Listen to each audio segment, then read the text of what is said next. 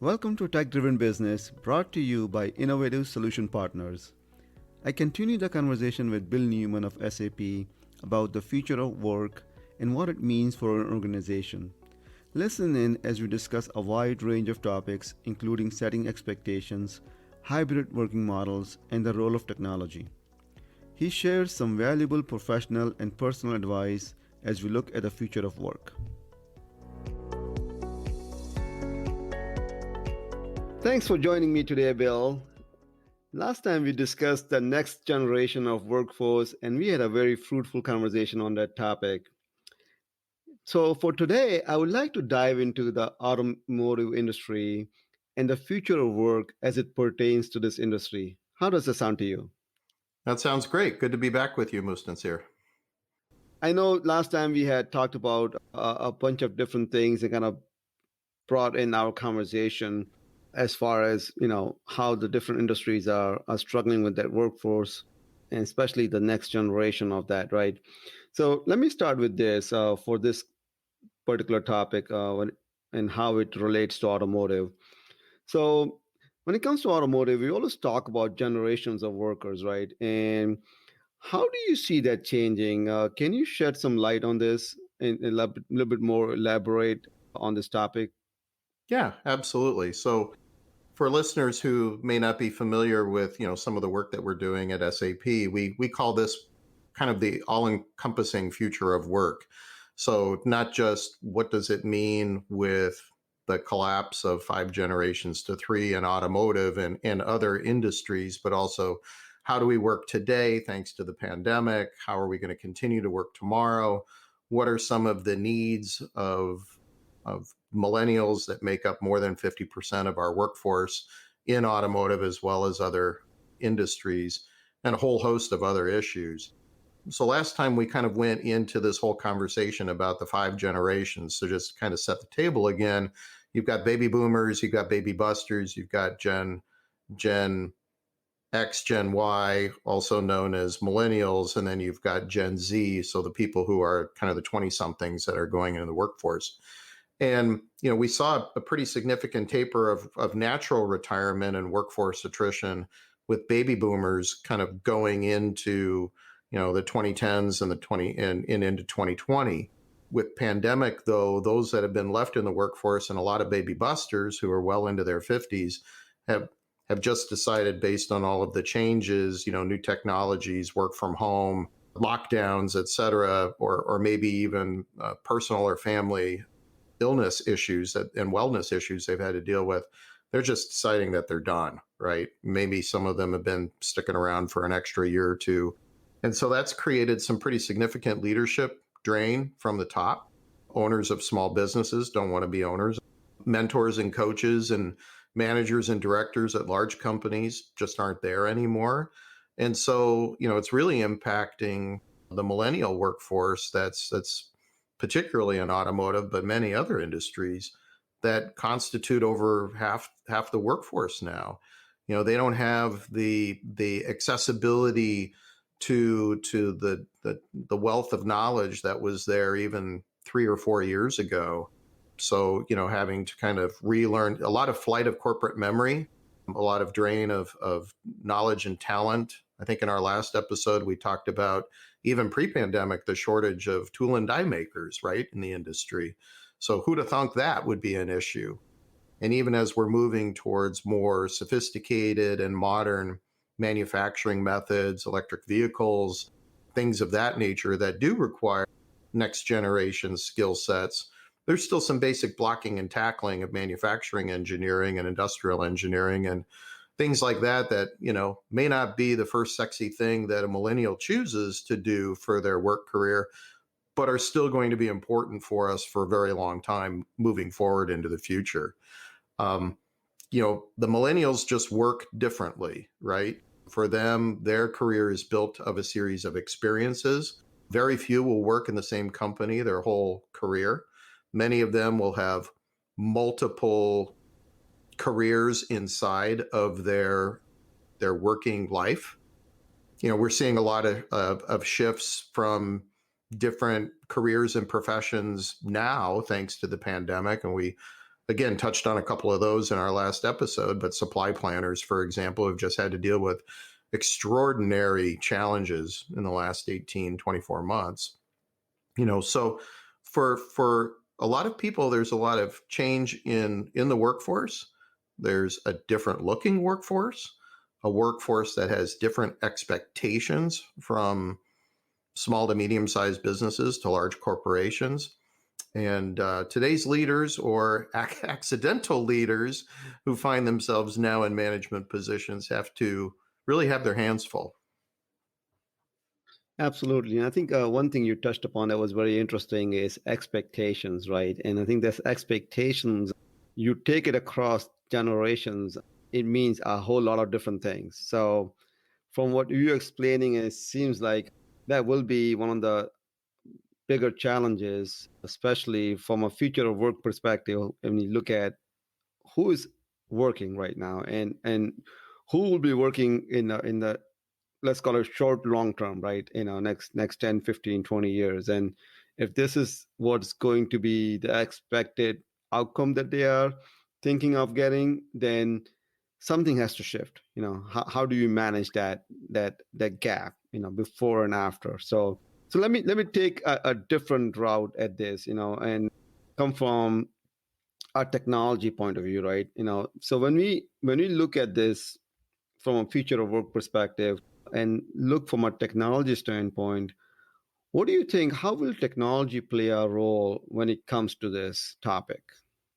Well, I think for those listeners who might not be able to see us right now while we're recording this over an internet-based platform, Mustens here can actually, and I can actually see each other. And so obviously our worlds, thanks to video meeting platforms, and there's so many, right? That has certainly changed.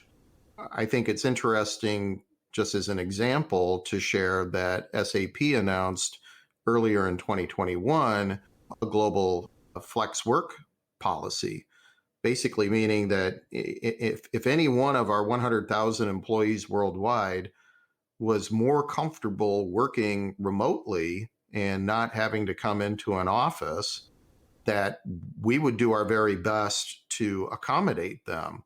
And that's a pretty big pledge at a policy level as it relates to practice. I think many things still remain to be seen, but that was a pretty bold move in acknowledging the fact that technology can help us do things that we weren't able to do even 5 and 10 years ago.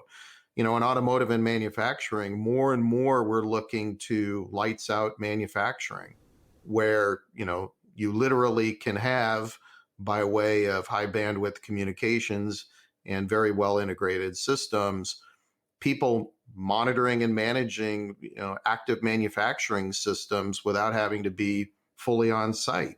So maybe you have some folks that are basically handling different situations and troubleshooting and doing those kinds of things, but the vast majority of the workforce may not have to go to the assembly line anymore, right, in the future. We're already seeing that, with HR and procurement and a number of the back office processes that for years have been pulled together in kind of these so-called shared services arrangements and maybe even offshored. So this is just kind of taking that with technology to the next level in the actual product build part of manufacturing business. So for sure, we've learned a lot over the last 5 years. We've also learned what people aren't comfortable with. So being on Zoom meetings and that expectation that I'm going to be available for video conference meetings 10, 12 hours a day, I think those are vastly becoming unrealistic and not appreciated expectations anymore. And our world is changing. We're moving more into a hybrid. Mustens here, you and I have talked in previous conversations. Most of the world is still in lockdown. We're recording this in late August of 2021. So, but there's a lot of, Western Europe and North America that's emerging from vast lockdowns and social mobility constraints. So we may be in the car, we may be on an airplane, and we might not be available to even have a phone conversation because, we're busy trying to like in the old days, get from point A to point B, and it's just frankly not safe, or in some cases, it may not be allowed. So there's definitely some expectation setting, and technology is going to play a big role in all of that. That's good to know, and I can totally relate to it. Being in consulting for almost 25 plus years, I think this is the first time after COVID that, I mean, you always work in these organizations, which are global organizations. You have locations spread out across all these different locations, and then you try to deal with these different teams in these different time zones and all that. With COVID, and thanks to technology, we are able to continue that without much of a hiccup. I mean, from that perspective, uh, and like you said, it goes both ways, right? It Technology is here as an enabler, which allows us to do or be more effective wherever you are in the world. At the same time, how do you balance that with your work life balance is a little bit tipsy right now with all these changes coming through, where there are expectations as of last year, and now, like you said, we are in a hybrid model where things are kind of getting back to normal in some parts of the world. And but what does it really mean, for an average worker, right? And it doesn't matter what industry you're in, as long as you're dealing with people and work, there is always going to be this balance, so let me ask you this, from that conversation, and you kind of dove into a little bit of that SAP's role in this whole thing. What do you think? How is SAP and the likes providing value to its customers? Because at the end of the day, you want to make sure that your customers are able to get the value of whatever product they're using, either software or any kind of different products. Especially with this changing environment. And so, what do you think? What is the bottom line? What SAP and others are doing, and how customers can benefit from it? Well, I'll just kind of point out maybe one thing on the product side, and then another thing in terms of kind of culturally how we're engaging with our customers coming out of the pandemic. So obviously, by acquisition and through investment, SAP's become one of the, if not the largest cloud software provider in the world. And so with that comes, pretty heavy responsibility to provision our software and products and our capabilities, however the customer would like to deploy that, in ways that are easily consumable. And I think that moving forward, we're going to be looking at, how can we provision certain sets of capabilities and certain specific application solutions in ways that are easier to consume by the customer. So in the past, we would have to, buy a big platform, and you'd own the software, and you would have to, then it was up to you basically with your partners or internally how you wanted to configure that and use the pieces together. And I think moving forward, we're going to have more hybrid and cloud specific ways where you can aggregate those capabilities and consume them at levels that make sense for your organization. In terms of how we deploy, and this is I think you mentioned, Mustansir, as a consultant yourself, being able to deploy consistent with the culture of our customers is really important. And, I'm sure you and I have stories that we could share going back 5, 10, 15, 20 years ago, where it was, you had to be in your seat, you had to be visible, show me what you're working on that day. And nowadays, there's more of a trust because of necessity built in to how we deploy software and how we work with our customers. Frankly, again, we hearkening back to kind of where we are in today's date stamp, not all of our customers are eager to have us on their site just yet. So they're still working through, their own facility health and safety type of requirements, and they're just trying to work through what that means to their workforce, let alone the workforce of their partners, which SAP would fall into.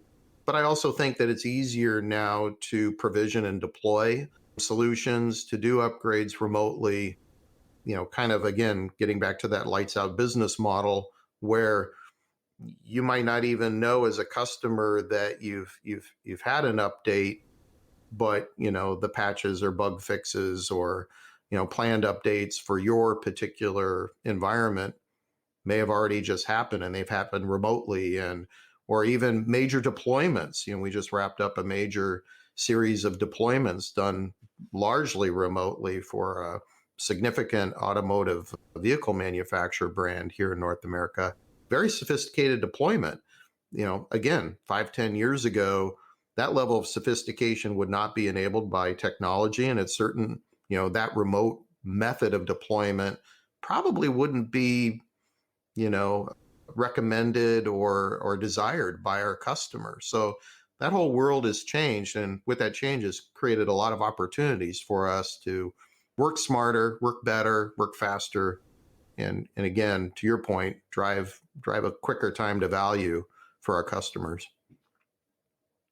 I think that is the biggest benefit out of this whole thing is time to value, right? And how we can measure that. And like you said, that it's just a cultural shift, right? And folks who are on the forefront of this change, they are seeing the benefits right away. There are folks who are still not on board with it, and they will have to see it for themselves, right? In how things are changing and what benefits they can get with this new model that is being taken over, and seems like it's doing its work. So let me ask you this, what would be one of the takeaways for our listeners from this discussion? I think there's a lot, but is there something in particular like you like to share with our listeners this afternoon? Well, I guess from a professional point of view, I would just say that SAP, particularly in automotive, but across manufacturing and many other industries, we're much more scalable and much more accessible than we were 5 or 10 years ago. So my invitation to listeners would be, if you haven't given us a look lately, give us another look, right? If you haven't seen us lately, definitely, we're committed to working with all segments in our various industries and marketplaces. And again, just personally, I'll harken back to things that you and I have talked about here on this show and others. Just operate with a little bit more kindness and patience, both with yourself and others. Man, there are so many processes that are just broken. And it's not because they're bad processes or bad companies. It's just things aren't moving the way they used to before the pandemic. And even with technology, you still can't get cargo off a boat that's parked in Los Angeles Harbor, right? It may be there for a while. So, just, setting expectations both in your home and your business life, I think would be really good. And just, take a deep breath and practice good physical and mental wellness during this time and moving forward. I think that is the key. That's great advice. Thank you so much. As always, Bill, it was a pleasure speaking with you. And I want to thank you for sharing your insights with our listeners. Yeah, thanks, Mustansir. And again, great to be with you. Enjoyed all of our times at ASUG and happy to call you my friend and colleague.